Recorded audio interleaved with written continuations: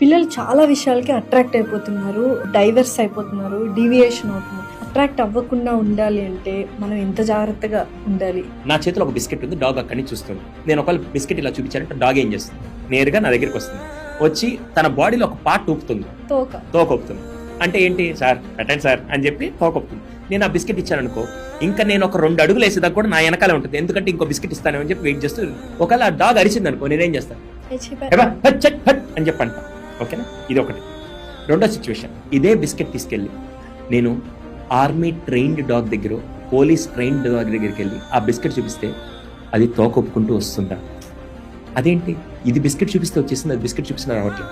Well trained ఒక అమ్మాయి క్యారెక్టర్లో కూడా వెల్ ట్రైన్డ్గా అంత కంట్రోల్గా ఉంటే రేపటి రోజున మనకి రెస్పెక్ట్ వస్తుంది, ఒక అమ్మాయికి కూడా రెస్పెక్ట్ వస్తుంది.